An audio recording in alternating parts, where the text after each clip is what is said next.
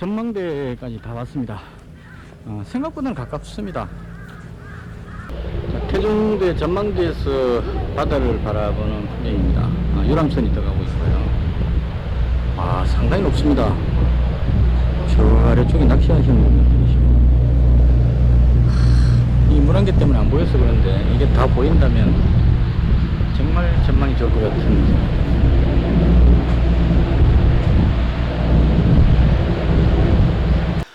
안녕하십니까. 5월 17일 유튜브 영상 제작을 시작하겠습니다. 앞에 보여드린 영상은 어제 저희 집사람하고 28년 만에 처음으로 가본 태종대 그 경치 사진을 영상을 올려드렸습니다. 지금 보시는 이곳인데요. 태종대 맨 아래쪽 끝에 가면 전망대가 있습니다. 그리고 여기 모자상이 있는데요. 이 모자상이 있는 이유가 예전에 이 전망대 짓기 전에 여기 바위에 그 자살바위라고 있었다고 합니다. 경치가 워낙 좋은 곳이기도 하고요. 그래서 사람들이 6.25 전쟁 끝나고 나서 삶이 힘든 사람들이 여기서 자살을 많이 했다고 합니다. 그래서 그 자살하는 걸 방지하기 위해서 어머니의 사랑 뭐 이런 걸 좀 생각하게끔 한다, 이런 의미로 모자상을 세웠다, 이렇게 이야기를 합니다. 그리고 옛날에 그 자살바위에 보면 그 팻말을 하나 놨다고 하는데요. 이게 사실인지 모르겠지만 한 번 더 생각해 보세요라고 이 팻말을 붙여놨답니다. 그러니까 자살하러 왔는 사람이 한 번 더 생각을 해보고 자살을 하지 말고 마음을 바꾸도록 하기 위해서 팻말을 설치를 했는데요. 그 팻말을 설치하고 나서 오히려 자살하는 사람이 더 늘었다고 이야기를 합니다. 그래서 팻말을 없애버렸다는데요. 그 이유가 뭐냐고 봤더니 자살바위에 와가지고 자살하려고 바다를 탁 바라보다가 내가 이렇게 죽을 순 없다, 이렇게 마음을 바꿔먹고 다시 열심히 살아봐야지 하고 뒤를 딱 돌아서는데 그 팻말이 보인 겁니다. 한 번 더 생각해보세요, 이렇게 하니까 다시 생각하죠. 내가 여기 왜 왔지, 이래갖고 내가 자살하러 왔구나 해가지고 다시 자살해버리는 이런 부작용이 나왔다고 합니다. 그래서 주말 동안 좀 많은 생각을 해봤습니다. 제가 이 말씀을 드리는 이유는 상당히 오래됐는데요. 제가 유튜브 영상을 처음 시작할 때 손너린 아재라는 이제 닉네임으로 처음 시작할 때 구독자분이 15분이 계셨어요. 그때부터 들으신 분들은 이 얘기가 몇 번 반복되고 있는데요. 그리고 거의 100명이 다 돼갈 즈음에 그때 제가 말씀을 많이 드렸는데, 이 영상은 제가 뭔가를 잘해서 구독자분들한테 뭔가를 알려드리기 위해서 만드는 방송이 아니고 제가 잘하고 싶어서, 그래서 제가 하고 있는 것들을 영상으로 제작해서 올린다, 이렇게 말씀을 드렸습니다. 그리고 100명을 넘기는 게 목표였었습니다, 최초에. 그랬는데 100명이 넘고 나서 어떻게 하다 보니까 지금 2,950명이 되는 것 같습니다. 조만간에 3,000명이 될 것 같습니다. 그래서 한편으로는 좀 신기하기도 하면서 제 방송을 좀 진지하게 들어주시는 분이 계시지 않느냐 하는 생각을 하게 됩니다. 그리고 최근에 제가 카페를 만들었는데요. 그때도 이제 만든 동기는 아주 단순했습니다.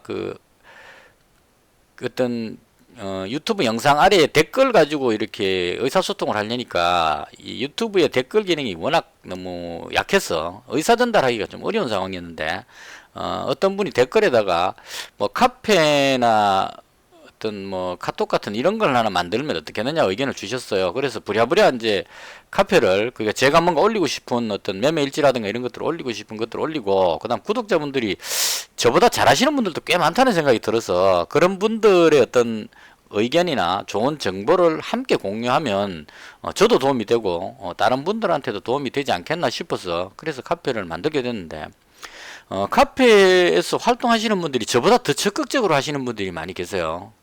저는 기껏해야 뭐 매매 일지 정도 올리고, 그리고 또 제가 말주변이 없어서 댓글 붙이면 거기다 답변을 잘 못 붙입니다. 무슨 말을 해야 될지 이게 참 경상도 사나이의 좀 단점이기도 한데요.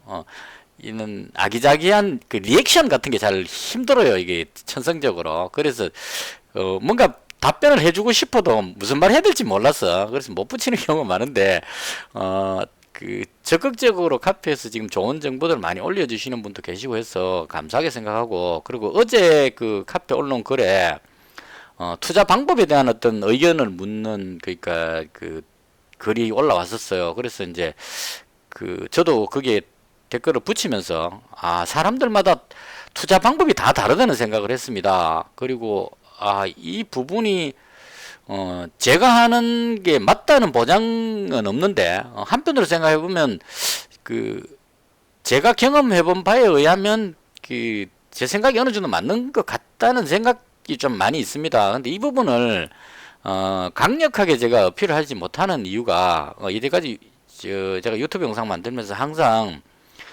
다른 유튜버들하고 차별화가 조금 있을 겁니다. 구독자분들이 공통적으로 말씀하시는 게 솔직한 표현을 해준다는 부분에 점수를 많이 주시는 것 같아요. 그러니까 제가 하는 방송에서는 이런 종목 좋습니다. 이런 종목 어떻습니다. 이런 의견 이야기를 별로 하지 않습니다. 추천 종목도 거의 없고 제가 하는 방식은 제가 이런 생각을 가지고 이런 종목을 매매했습니다. 라고 제 상황을 그대로 최대한 설명드리는 쪽으로 말씀을 드리고요. 그 다음 항상 계좌 잔고를 오픈하고 모든 것들을 있는 그대로 다 오픈시킵니다. 그렇게 하는 이유가 하고 싶은 말은 많습니다. 지금 현 시점에서 어떤 종목 사면 올라갈 것 같다는 생각이 머릿속에 드는 종목들이 상당히 많습니다. 많은데 그렇다고 하더라도 주가라는 것은 워낙 변동이 심하기 때문에 제 예상과 다르게 흘러갈 수 있다는 거죠. 그래서 서두에 제가 말씀드린 한 번 더 생각해 보세요. 이 부분입니다. 어떤 분이 어떤 종목을 가지고 고민을 많이 하고 있다가 이 손실이 나고 해가지고 이 종목 어떻게 하면 좋겠느냐고 어떤 질문을 하셨다면 제가 봤을 때 여기에 대해서 어떤 의견이 있을 수 있을 겁니다. 그래서 이건 뭐 이런 관점으로 봤을 때 어떻다, 내려갈 것 같다, 올라갈 것 같다라고 말할 수는 있지만 그렇게 말했을 때 이게 한 번 더 생각해 보세요라는 그 오류에 빠져가지고 오히려 손실을 끼칠 수도 있다는 얘기죠.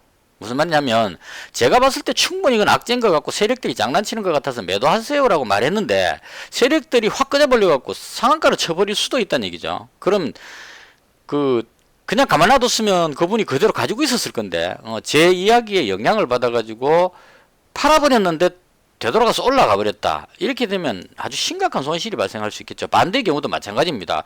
이 종목 괜찮습니다 했는데 세력들이 물량을 던져가지고 급락해버릴 수 있다는 얘기죠. 그럼 또 엄청난 손실이 발생될 수 있습니다. 그래서 그게 두려워서 제가 웬만하면 말씀을 못 드리는 겁니다. 하고 싶은 말이 많지만 제 의견들, 그러니까 객관적이지 않은 어떤 의견들은 추측성에 대한 이야기들은 하지 않으려고 노력을 많이 하는 겁니다. 행여나 제가 한 말 한마디에 영향을 받아서 손실이 발생되게 되면 그건 경험 안 해보신 분들은 진짜 조심하셔야 됩니다. 그러니까 주식으로 큰 돈을 잃어보신 분들은 그 위험성에 대해서 잘 압니다. 그 공포감, 이건 말로 표현할 수 없죠. 그 공포감에 한번 빠져들게 되면 판단이 되진 않습니다. 예를 들어서 어떤 종목이 물려가지고 큰 손실이 발생되면 이 종목에 대한 다른 어떤 냉철한 판단이 안 되고 어떻게든 여기서 탈출해야 된다는 생각에 몰입을 해가지고 아주 이상한 행동을 하게 된다는 얘기죠.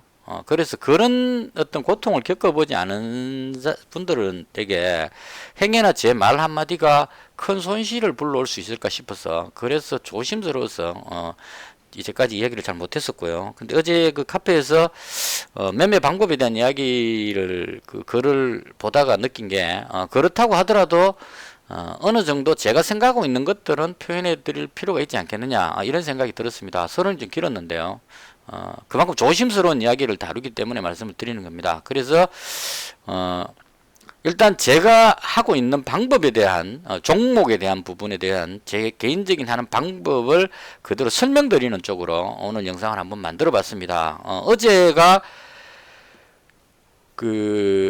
금요일이 5월 15일이죠. 그러니까 1분기가 1, 2, 3월인데요. 3월 달까지 1분기 실적이 5월 15일까지 발표가 되게 돼 있습니다. 그래서 금요일날 5월 15일날 장중에 안 나왔다면 장 끝나고 나서라도 그날 저녁 때까지 1분기 실적 발표가 다 나왔다는 얘기죠. 그래서 그 실적 발표 나온 상황을 제가 토요일 물론 이제 토요일에 집사람하고 태종대 갔다 온 것도 있지만 열심히 그 분석했습니다. 예를 들어서 이런 식으로 한 겁니다. 저는 그 미래셋 대우증권 HTS를 사용하는데요. 정권사마다 프로그램은 다르겠지만 방법은 비슷할 겁니다. 제가 어제 그 금요일부터 해서 계속 했던 작업이 뭐냐면 전 종목을 다 돌려보는 겁니다. 근데 돌려볼 때 이렇게 했습니다. 장 끝나고 나서 시간의 거래가 있었으니까요. 시간의 거래하고 비교해서 보는 거예요. 그래서 이 제일 첫 번째 종목부터 한 종목씩 내려가면서 이렇게 해서 쭉 전체 종목을 다 분석을 하는 거예요. 근데 이렇게 하다가 이제 그 제가 종목을 어떤 식으로 찾았냐면 제가 찾은 종목 한번 볼까요? 예를 들어서 그 인텍플렉스라는 종목 쭉 이렇게 계속 내리다 보면 이제 종목 중에 특이하게 뛰는 종목들이 나왔거든요. 예를 좀 들기 위해서 한번 해볼게요. 제가 어떻게 해서 이 종목을 찾았는지를. 인텍플렉스라는 종목 여기서부터 이렇게 쭉 내리다 보니까 이 일봉 차트입니다. 내리다 보면 좀 특이하게 나오는 종목들이 있죠. 그러니까 15일 날 8% 상승을 했다는 얘기입니다. 아주 강하게. 그러니까 실적 발표했는 날 그 14일, 15일 이때 차트를 보고 일봉을 보고 한 8% 정도 확 떴다는 얘기는 이 종목이 뭔가 좋은 일이 생겼다 이런 얘기겠죠. 그래서 실적 발표하는 날이니까 이렇게 올라갔다는 얘기는 실적이 아주 좋게 나왔을 것이다 이렇게 예상할 수가 있다는 얘기입니다. 그 다음 시간의 거래를 같이 보는 이유는 실적 발표 후에 장 끝나고 나서 그 이후에 사람들 생각이 어땠는가를 본 거죠. 여전히 상승세를 지키고 있다 이런 얘기죠. 그래서 이 부분이 실적과 연관되었는지를 찾기 위해서 이 종목 분석을 해보는 겁니다. 일단 외국인 매수가 지금 들어왔다는 얘기죠. 최초로 들어오기 시작했고요. 그 다음에 반도체 관련한 종목이라는 종목을 보고요. 그 다음에 유동 물량 1000만 주니까 그렇게 많지 않은 종목 이렇게 볼 수 있죠. 그 다음 이제 실적을 보는 겁니다.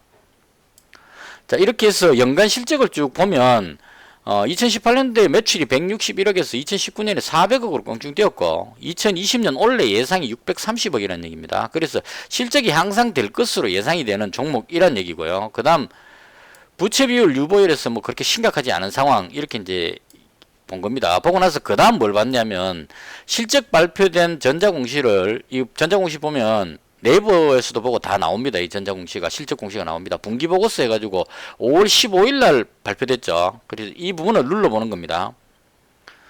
눌러가지고 이 재무제표를 띄워보면 두 번째 칸에 보면 손익계산서가 나오는데요. 여기에 매출하고 영업이익하고 그 다음에 순이익을 보는 겁니다. 그래서 지금 보시면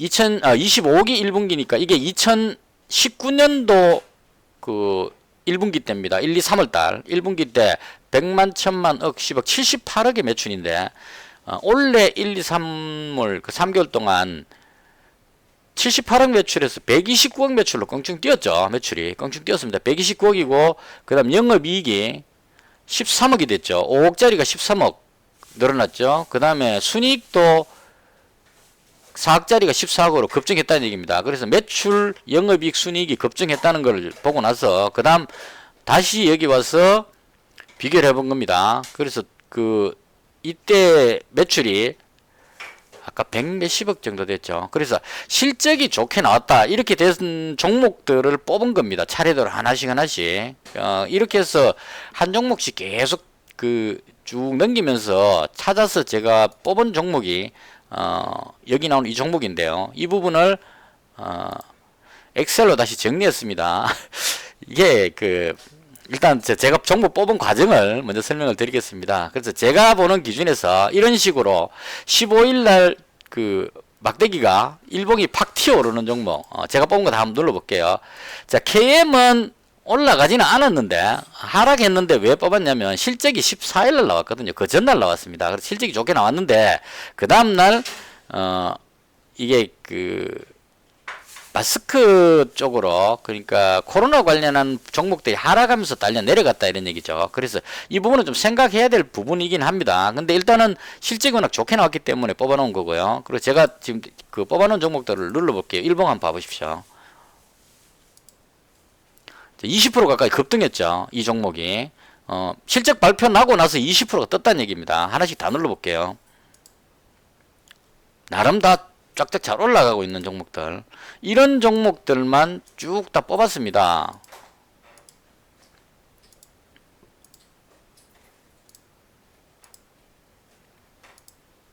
전체 종목을 다 돌려봤으니까 엄청나게 많은 노력을 했겠죠.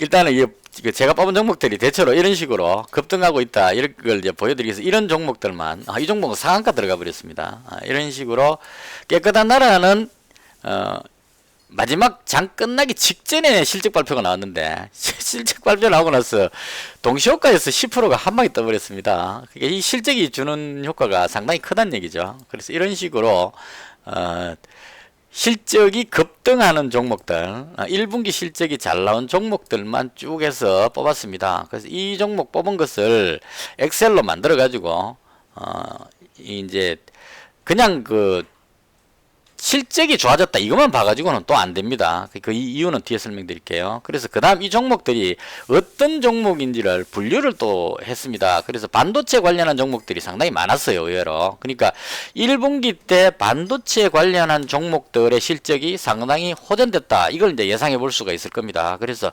반도체 쪽에 관계되는 종목들이 전망이 있었구나. 1분기 때 상당히 안 좋았는데도 불구하고 실적이 좋게 나왔으니까, 그래서 이쪽 파트가 괜찮다, 이런 식으로 이제 분류를 한 겁니다. 그 다음 화장품 쪽도 의외로 실적 괜찮은 종목, 제가 매수했던 세화 PNC도 그렇고 뭐 코스맥스 이런 종목들 괜찮게 나왔습니다. 그래서 이런 식으로 게임 쪽도 조금 실적이 괜찮게 나오는 거 있고요. 이런 식으로 해서 분류를 해서 한번 뽑아봤습니다. 근데 실적이 좋다고 해서 반드시 주가가 올라가느냐, 이 부분은 아니라는 얘기죠. 그래서 이 부분이 아닐 수는 있지만 일단은 실적이 좋기 때문에 올라갈 확률이 높다는 차원으로 뽑았고요. 그 다음 이 부분은 2분기 때까지 체크를 해볼 생각입니다. 그러니까 4, 5, 6월 2분기 실적이 끝나고 나면 8월 15일 되면 또 실적이 나오겠죠. 최종적으로 마지막 8월 15일 되면 8월 15일 때 실적 나오는 거를 비교해서 실적이 어느 정도 더 올라갔는지, 그 다음 지금 이 현재가보다 주가가 올라갔는지 내려갔는지를 한번 분석해 가지고 실적 발표 나왔을 때 좋게 나온 종목이 그 다음 분기 때 주가가 올라가는지 내려가는지에 대한 분석을 한번 해보는 게 어떻겠냐 하는 차원으로 이렇게 만들어 본 겁니다. 그래서 지금 제가 보여드리는 종목이 이 종목 좋다 카더라 이래가지고 이걸 그냥 월요일날 묻지마로 그냥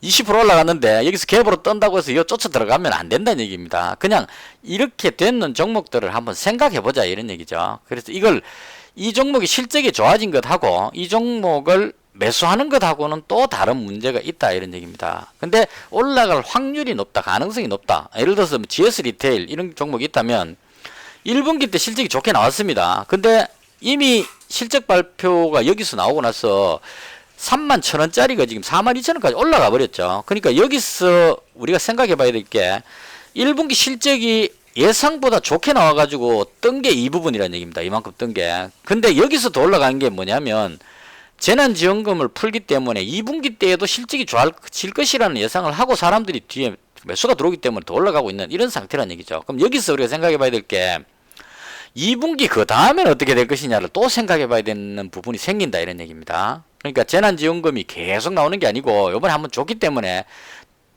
이 부분이 끝나고 나서 예전처럼 되돌아가 버리게 되면 기대감으로 올라가고 나면 그게 끝이 될 수도 있다, 이런 얘기죠. 그래서 이런 부분들을 다 고려해서 매매를 해야 된다, 이런 얘기입니다. 상당히 이제 좀 난해하게 돼버렸죠. 그래서 제가 하고 있는 걸 그대로 보여드리는 것 뿐이에요. 그래서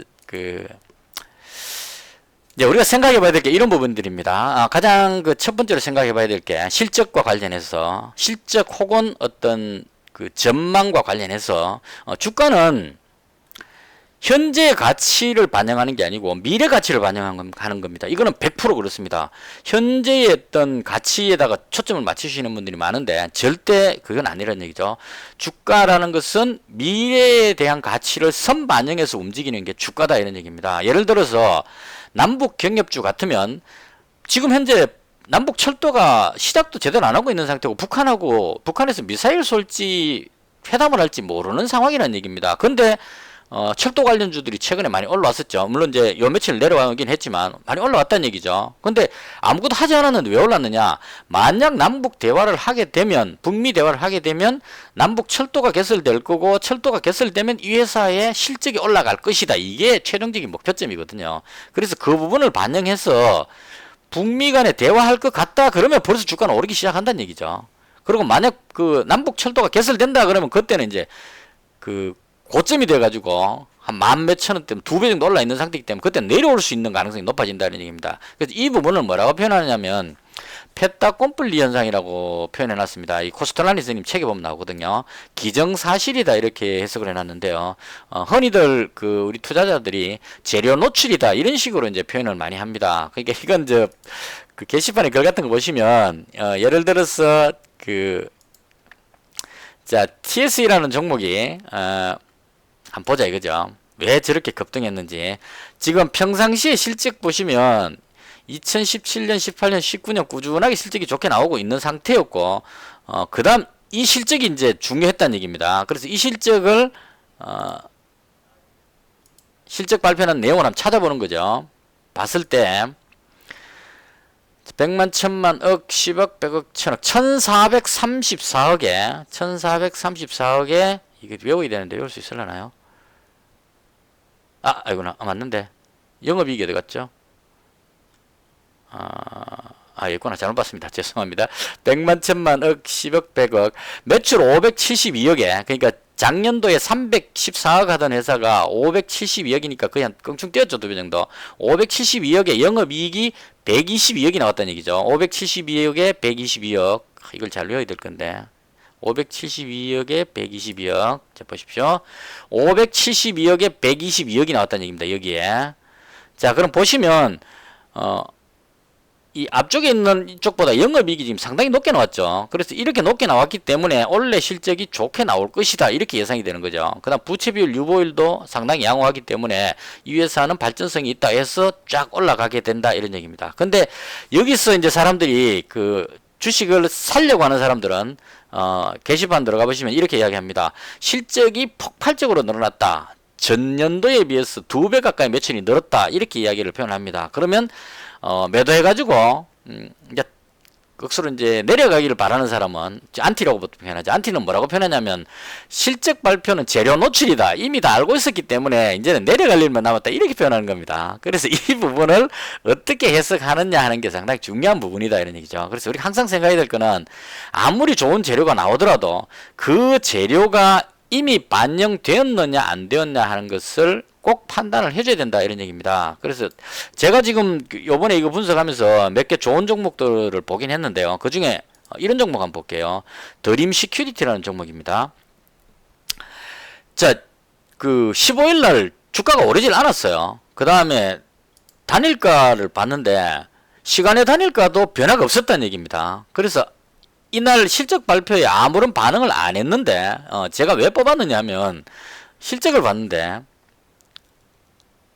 이게 이제 실적 발표가 몇 시에 나왔는지 그걸 알면 참 좋을 건데 그건 정확히 모르겠지만 이 종목을 제가 봤던 이유는 왜 봤느냐 하면 그 빅데이터 그 부분 있죠. 그러니까 정부의 뉴딜 정책, 그 뉴딜 정책 관련한 종목 중에 데이터 솔루션을 대장으로 끌고 가는데 문재인 대통령께서 빅데이터 부분하고 보안 관련 쪽으로 상당히 언급을 하셨습니다. 그 대국민 연설할 때. 그러니까 빅데이터 데이터를 많이 주고받다 보면 보안이 상당히 중요한 역할을 하기 때문에 보안 관련한 부분에 대한 경쟁력을 키워야 된다. 이쪽으로 이야기를 하셨기 때문에 보안 관련 쪽 아주 중요하거든요.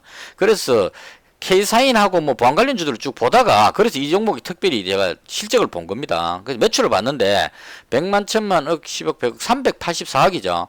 이게 지금 그 전년도에 49억, 50억 하던 게 384억의 매출이 나왔다는 얘기입니다. 영업이익이 100만, 1000만, 억, 10억, 35억이 나왔고 적자 보고 있다가 간로는 적자거든요. 적자 보고 있다가 35억 영업이익이 나왔고 그 다음 순이익이 35억이 나왔죠. 적자 보다가 순이익이 35억이 나왔다는 얘기입니다. 그러니까 384억에 35억이니까 이렇게 보는 거죠. 384억에 30 몇 억 나왔으니까 이 매출이 상당히 높게 나왔다는 얘기입니다. 일단 그렇게 보이죠. 자, 뉴스에 보니까 드림 시큐리티가 이게 2시 6분에 나온 뉴스인데요. 지금 보시면 매출이 껑충 뛰었다는 걸 볼 수 있습니다. 어마어마하게 많은 매출이 뛰었다는 걸 볼 수 있습니다. 근데 한 가지 이제 의문이 드는 것은 이게 2시 6분에 나왔는 뉴스인데 왜 올라가지 못했을까 하는 이 부분은 의문이 남습니다. 그래서 이 부분이 이제 무슨 돌발 악재가 있는가 하고 생각하면서 실적이 좋기 때문에 한번 노려보자 이런 식으로 이제 해석을 하는 겁니다. 그래서 제가 이 종목 뽑은 이유가 전부 다 그런 식으로 연결해서 단순하게 실적이 좋아졌기 때문에 이 종목은 좋다 이런 관점이 아니고 실적이 좋은데도 불구하고 주가에 반영되지 않았는 종목들 그런 종목들을 중심으로 노려보자 이런 의미입니다. 이 눌러보다 보면 직접 하나씩 다 한번 체크해 보십시오. 실적을 비교해 보십시오. 이게 단순하게 그냥 실적 좋다 그러니까 사야지 이렇게 해서 될 게 아니고 보십시오. 실적이 좋아도 발표하고 나서 그 다음 내려올 수도 있다는 얘기죠. 기정사실이 돼서. 그래서 제가 보는 방법은 주로 눌러가지고 별로 못 올랐는데 시간 외에서 올라가는 종목들이나 이런 쪽으로 기대치를 생각을 하면서 대응을 하는 그런 쪽으로 참고하기 위해서 저 종목을 뽑아봤습니다. 그래서 코스트라 선생님 책에 보면 어떤 주식을 살 것이냐 하는 부분에서 크게 두 가지를 나눠놨어요. 성장산업하고 그 다음에 턴어라운드 주식하고 이 두 가지를 잡아놨습니다. 그러니까 성장산업이라는 거는 앞으로 성장세에 있는 산업 이런 의미로 볼 수 있겠죠. 그래서 우리가 보통 말하는 테마주 할 때 이런 것들 있죠. 예를 들어 가지고 시진핑 주석이 코로나가 진정되고 나면 방한할 것은 거의 확실시 되는 것 같아요. 왜냐하면 방한하는 그 부분은 불변이다라고 표현했거든요. 약속했으니까 난 꼭 가겠다.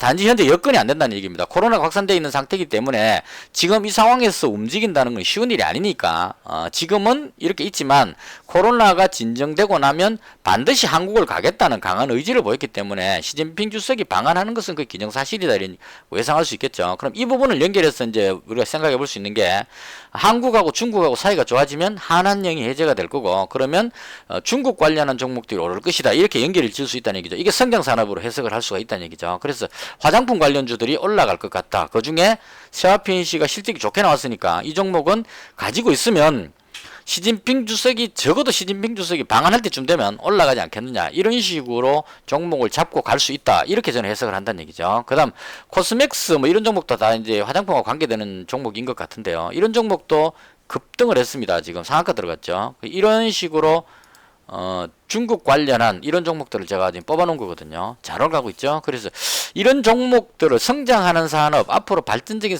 종목 산업 업종의 종목을 찾아서 그렇다고 해서 여기서 좋다고 해서 여기 뜨는데 따라 들어가면 안 된다는 얘기입니다. 기회를 노리자 이런 얘기죠. 이 부분도 상당히 중요합니다. 아무리 좋은 재료가 있더라도 내가 타이밍을 잘못 잡으면 이 종목은 계속 올라가는데 잘못 잡으면 손실 보고 있는 사람이 있을 수 있다는 얘기죠. 그래서 지금 예를 들어서 만약에 올라갈 줄 알고 여기서 샀는데 밀려버렸다. 현재 손실 보고 있는 상황이 될 수 있다는 얘기입니다. 최근에 여기서부터 이만큼 떴는데도 나는 왜 손실 보고 있을까? 이건 들어가는 타이밍을 잘못 잡았기 때문이다. 이렇게 볼 수 있는 겁니다. 대충 보면 앞쪽에 이 저항대가 있기 때문에 이걸 한 방에 벗겨갖고 쭉 올라갈 수는 없죠. 계속 올라가면 이 부분에 가지고 있던 사람들이 이익 실현하려고 이익 실현 매물이 나오기 때문에 쉽지 않다는 얘기죠. 그래서 들어가는 타이밍은 가능하면 좀 어떠한 연율에서 올라가다 보면 계속 올라가면 포기하는 수밖에 없죠. 들어갈 타이밍을 못 잡으니까. 껴서 적어도 올라오는 5일선하고 근접하는 정도 선 혹은 올라가다가 다시 내려와서 한 여기 정도 선 앞쪽에 있는 이 저항선을 뚫으면 지지선이 되기 때문에 저 같으면 보통 이렇게 합니다. 장중에 매매할 때도 이런 규칙을 많이 따릅니다. 갑자기 쫙 올라가는 종목 나오면 이 종목을 노리고 있다가 계속 못 올라가거든요. 올라가다가 매물 나와가지고 쭉 내려오면 여기쯤에서 받아가지고 내려왔다가 더 이상 안 내려오고 딱 멈춰지면 여기서 매수하는 타이밍을 잡습니다. 잡으면 적어도 크게 손실 볼 일은 없다 이런 얘기죠. 그럼 여기서 다시 한번 올라간다면 이 종목은 위쪽으로 쭉 올라갈 수 있기 때문에 그래서 타이밍 잡는 것도 상당히 중요하다. 다시 정리하면 제가 봤을 때의 종목 선정은 저는 실적이 가장 중요하다고 생각합니다. 그 회사가 일단 우량해야 되고 실적이 좋아지는 종목이 무조건 좋다. 우리가 흔히들 보시면 뭐 바이오 관련주들 이런 종목들을 보시면은 실적이 아주 안 좋은데 계속 적자 보고 있는데 주가는 몇만 원씩 몇십만 원씩 하는 종목들이 있습니다. 그런 종목들은 이제 저런 의미죠. 개발하고 있는 신약이 예를 들어서 뭐 암 치료제 같은 걸 개발하고 있다면 이 치료제가 개발되어 버리면 완전히 대박이 터지는 거죠. 그런 기대치를 반영해서 올라가고 있는 거다 이렇게 보시면 될 것 같습니다. 근데 저는 그런 모험은 잘 하고 싶지가 않아서 장중에 어떤 종목이 움직이면 제가 세화펜시 그 금요일날 매매했던 걸 다시 한번 복기를 해보면요. 이 분류도 상당히 중요합니다. 그 테마별로 제가 지금 분류해놓은 거 대충 보시면 제가 이렇게 해놨거든요. 중국 관련주들 그리고 분류해놓은 다음에 다시 또 강한 종목을 위로 계속 끄집어 올립니다. 지금 이게 그냥 그대로 놔두는 게 아니고 이 테마 중에 강해 보이는 종목들을 위쪽으로 쭉 올려요. 전부 다 눌러보면 차트 그림이 나오니까 일봉 눌러보고 위로 올라가고 있는 종목 이런 종목을 위쪽으로 계속 당겨 올립니다. 그럼 이낙연 관련주 해갖고 보고 이 중에서 지금 금요일날 국영GNM하고 뭐 서원 이런 종목이 움직이고 있죠. 그럼 이 종목들 위로 계속 당겨 올려서 이렇게 코로나 관련주 뭐 히토류 2차전지 대지열병 이런 식으로 종목 분류를 계속 해볼 필요가 있어요. 이 빅데이터 그 디지털 뉴딜 남북 관련주 그 남북 경협주 미세먼지 바이오 반도체 지금요 특징적인 게 최근에 반도체 관련주들이 상당히 잘 올라가고 있는데요. 이것도 분석하다 보면 외국인 매매가 반도체 쪽에서 상당히 잘 나오고 있다는 걸 볼 수가 있어요. 그래서 이것도 이제 저는 이렇게 해석해 볼 수 있다는 얘기죠. 이제까지 외국인은 계속 매도를 하고 개인들이 주가를 끌어올리는 상황이었는데 만약 여기서 국내 정치가 상승한다면 외국인 매수세가 들어와야 상승이 가능하겠죠. 그럼 외국인이 들어온다면 어떤 종목들을 매수하겠느냐를 생각해 봤을 때 개인들이 끌어올려놓은 테마주 이런 종목으로 외국인이 들어오지는 않는다는 얘기죠. 왜냐하면 이미 다 올라버렸기 때문에 여기 받아주면 개인들이 이익 실현하고 팔아버리겠죠. 그래서 이쪽을 건드리는 게 아니고 그동안 별로 안 올라갔던 종목 이 반도체 관련주 종목들 보시면 별로 안 올랐죠. 덜 올랐다는 얘기죠. 그래서 이런 종목들을 오히려 노리고 끌어올리는 것이 아닌가 개인적으로 그렇게 생각합니다. 그래서 반도체 테마가 움직이면 외국인들 매수가 들어와서 앞으로 전망이 좋겠다 뭐 이런 식의 연결을 짓는 거죠. 이런 식으로 해서 이런 테마별로 종목 분류하는 것도 상당히 중요하다 개인적으로 그렇게 생각합니다. 그래서 이런 식으로 직접 분류를 한 다음에 그 다음에 특별한 이슈가 있을 때 금요일처럼 실적 발표가 나온다면 실적이 잘 나왔는 종목들을 분류를 이렇게 해놓고 그 다음 당일 매매할 때는 제가 하는 방법입니다. 가장 기본적인 선물지수와 관계되는 종목 그 다음 삼성전자 같은 우량한 종목 그리고 제가 가지고 있는 종목군을 미리 등록해 놓습니다. GS 리테일을 가지고 있기 때문에 그 CU 편의점인 BGF 리테일 같이 가지고 있는 거고요. 화장품 관련주 묶어서 가지고 있는 거고요. 보안 관련주 그 다음에 유비케어하고 이쪽은 그 원격 진료 이 부분에 뉴스가 계속 나오고 있기 때문에 이 종목 중에서도 제가 봤을 때 유비케어가 실적이 가장 좋았었습니다. 그래서 이런 종목들 그 다음에 그 전쟁이나 금 관련주 이런 것들 그 다음 남북 경협주 이런 것들은 기본적으로 띄워놓고 그리고 나서 이제 실적 괜찮은 종목 중에 괜찮은 거 몇 개 요렇게 딱 등록해 놓고 장이 시작되면 하나씩 넘겨보는 겁니다. 이렇게 특히나 이 부분을 월요일날 집중적으로 보겠죠. 실적 발표가 장 끝나고 나오는 것도 있기 때문에 이런 종목들 중에 잘 가는 종목이 나온다면 그 종목을 타이밍을 노리는 겁니다. 그래서 예를 들어서 5분봉입니다. 쭉 넘기다 보면 갑자기 이렇게 확 솟구치는 종목이 나온다는 얘기죠. 그럼 이럴 때 어느 타이밍에 들어갈 것이냐 이걸 이제 노리는 겁니다. 그래서 전제가 돼야 될 것은 제가 전제를 하는 것은 무턱대고 올라가기 때문에 따라간다는 의미가 아니고 일봉을 먼저 봤을 때 이게 그렇게 고점이 아니라는 얘기입니다. 그러니까 횡보하고 있다가 튀어오르고 있는 상태이기 때문에 이건 이제 이렇게 해석해 볼 수 있죠. 좋은 뉴스가 나와서 올라가고 있다. 실적이었죠. 올라가고 있는데 앞쪽에 있는 매물이 많다 보니까 여기 있는 사람들이 매도를 하니까 더 올라가고 싶은데 매물 때문에 못 올라가고 물량에 부딪혀갖고 지금 더 올라가고 막히고 있다 이런 의미죠. 그래서 이 부분이 만약 재료가 계속 살아있다면 이 매물을 다 소화하고 나면 이제 여기 샀는 사람들이 이익을 보고 있기 때문에 이 사람들이 더 이상 팔지 않고 계속 매수를 한다면 여기를 뚫고 나면 쭉 빼올릴 수 있는 이런 가능성이 생긴다 이렇게 해석할 수가 있다는 얘기죠. 그래서 이게 전제가 되기 때문에 세아펜시가 여기서 또 올랐을 때 제가 제일 첫 번째로 한 동작이 뭐였느냐 하면 이 종목이 많은 종목인지를 먼저 찾습니다.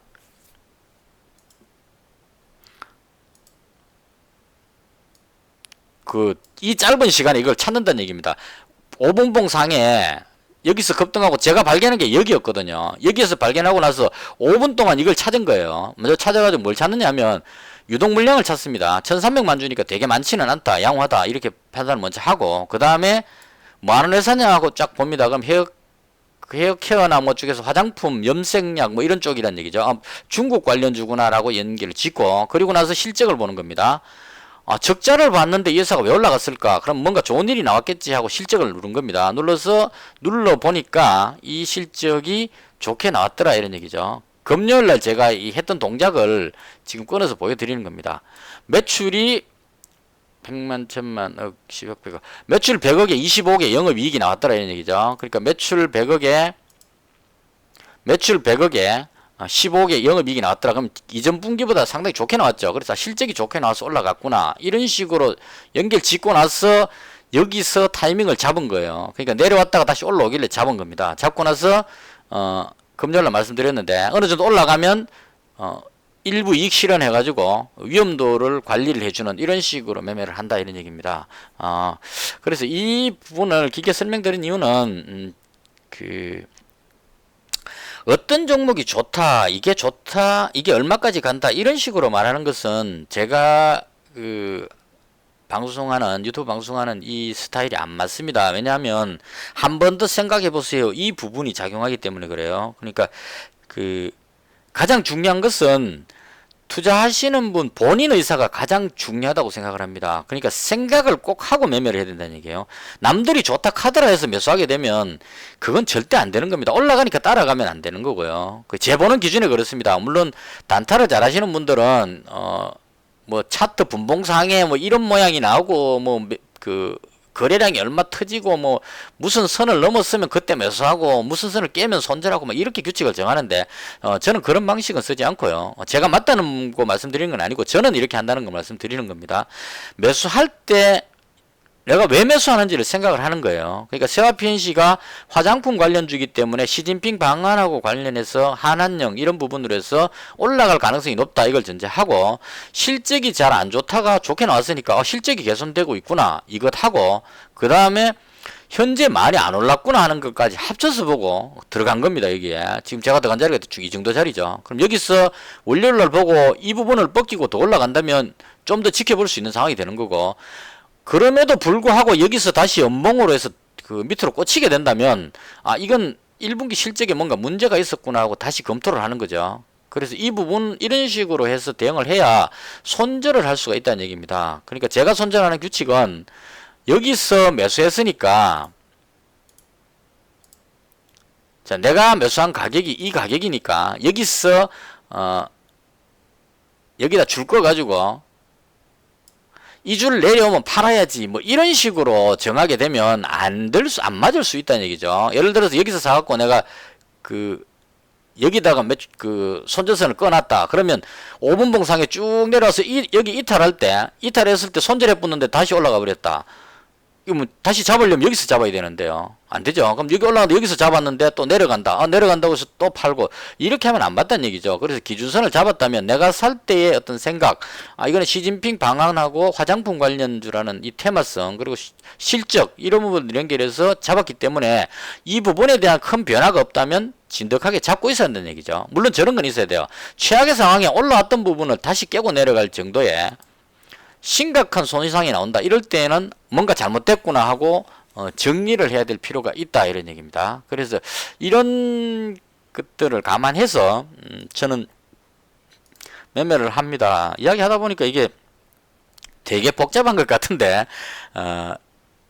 제가 전업 투자하면서 가장 첫 번째로 생각하고 있는 투자 원칙이 손실 보지 않는 매매입니다. 어떤 투자 책에 투자 지침서에 투자 원칙을 두 가지를 써놨는데요. 첫 번째가 손실 보지 말라고, 두 번째가 첫 번째 규칙을 반드시 지켜라. 이거 두 가지가 딱 나와 있는 책이 있습니다. 그러니까 손실 보지 않는 것이 가장 중요하다, 저는 그렇게 생각합니다. 그래서 손실 보지 않으려면 나름대로의 매수할 때 규칙을 세워가지고 자기 나름대로의 생각을 하고 들어가줘야 가장 손실을 보지 않을 수 있다. 사고 나면 분명히 내 생각과 다르게 흘러갈 수도 있습니다. 여기서 샀는데 쭉 아래쪽으로 밀려 내려갈 때도 있다 이런 얘기죠. 그래서 이렇게 내려갈 수 있다는 걸 전제를 하고 이 내려온다면 빨리 파악을 해서 내 생각과 뭐가 다른지를 빨리 체크해서 생각이 틀렸다면 그냥 과감하게 확 잘라버리는 이런 식의 어떤 매매 방법을 할 필요가 있다 이런 얘기죠.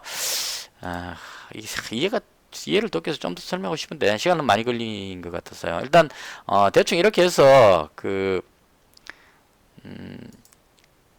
하나만 더 부연해서 설명드릴게요. 제가 티플렉스라는 종목을 실적이 좋게 나와서 계속 그 목요일 날인가 잡았었는데요. 이 종목을 왜 팔아버렸냐면 제가 35원인가 요 정도 선에서 잡았던 것 같아요. 요 정도 선에 잡았는데 금요일 날 갭으로 떴다가 쭉 밀려버렸습니다.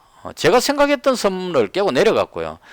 힘이 계속 없었어요. 그래서 왜 못 올라가는가를 계속 생각을 해봤는데 이 부분이 실적이 다시 검토해보니까 그렇게 탁월하지 않았다는 그런 부분들이 좀 있었고, 그리고 최종적으로 제가 이 종목을 버려버린 이유는 미중 간의 무역 갈등으로 해서 오르는 모습을 보였는데 유니온이 대장으로 해서 움직였는데 이게 계속 생각해보니까 중국하고 미국하고 과연 전쟁을 불사할 정도로 갈 것인가 하는 부분에서 아닐 수도 있다는 생각이 들었단 말이에요. 그러니까 미국에서 트럼프가 워낙 강경하게 중국하고 거래 안 하겠다까지 나왔기 때문에 여기서 중국이 그럼 한번 붙자고 나오기가 상당히 부담스럽다는 얘기입니다. 왜냐하면 중국의 대다수의 자본들이 서방 쪽의 자본들이 들어가 있기 때문에 다 탈출해버리면 중국이 폭망해버릴 수도 있다 이 얘기죠. 그래서 그렇게 모험을 하지는 않을 것이다. 그래서 중국이 1차 무역 합의를 했는 부분에 대해서 합의를 이행하겠다 쪽으로 꼬리를 내릴 수도 있다는 얘기죠. 그렇게 되면 완전히 상황이 반대로 되어버리는 겁니다. 미중 간의 무역 갈등이 해결돼 버리기 때문에 오히려 급등해 버리게 되고 이 종목은 급추락해 버릴 위험성도 있다 이런 얘기죠.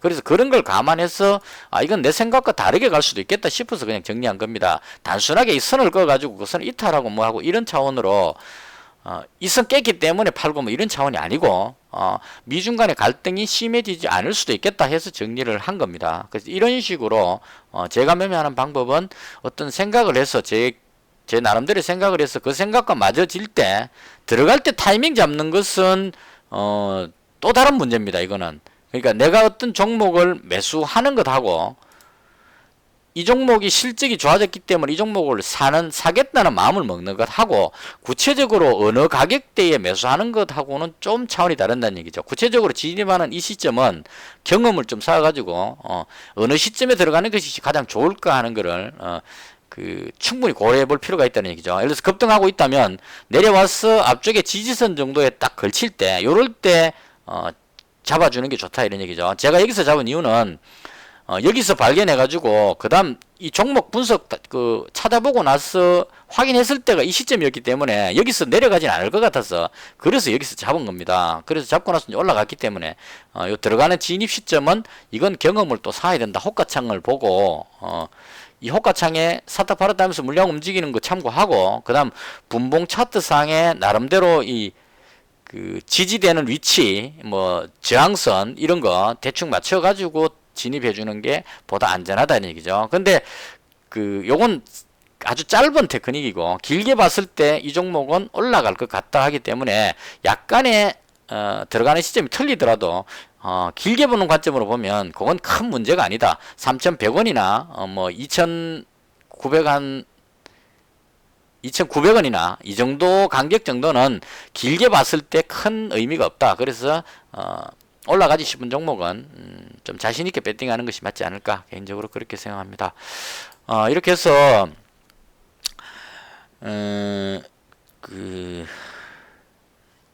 제 영상을 이제 봐주시는 구독자분들이 글 써주시는 거 보면 제 방송에 대해서 상당히 애착을 가지고 봐주시는 분들이 의외로 많이 계신 것 같아요. 그래서 저도 보다 좀 더 많은 것을 이게 뭐 그냥 같이 붙어서 하는 것 같으면 그냥 실시간으로 이건 이렇게 생각합니다 뭐 이런 식으로 내 생각을 막 이야기하면서 같이 하면 참 좋겠는데 현실적으로 그렇게 되지는 못하죠. 제가 장중에 했던 생각들은 장 끝나고 나서 영상을 올리기 때문에 그 순간에 어떤 제 느낌들을 그대로 표현해 드릴 수가 없는 단점이 한계치가 있습니다. 그래서 그런 부분들을 조금이나마 보완하기 위해서 제가 이런 쪽에 생각을 깔고 매매를 하고 있다. 이런 쪽으로 봐주시면 좋을 것 같습니다. 그리고 지금 아직까지 그 크게 성과가 나오지는 않은 상황이고요. 그 제가 전업으로 하고 나서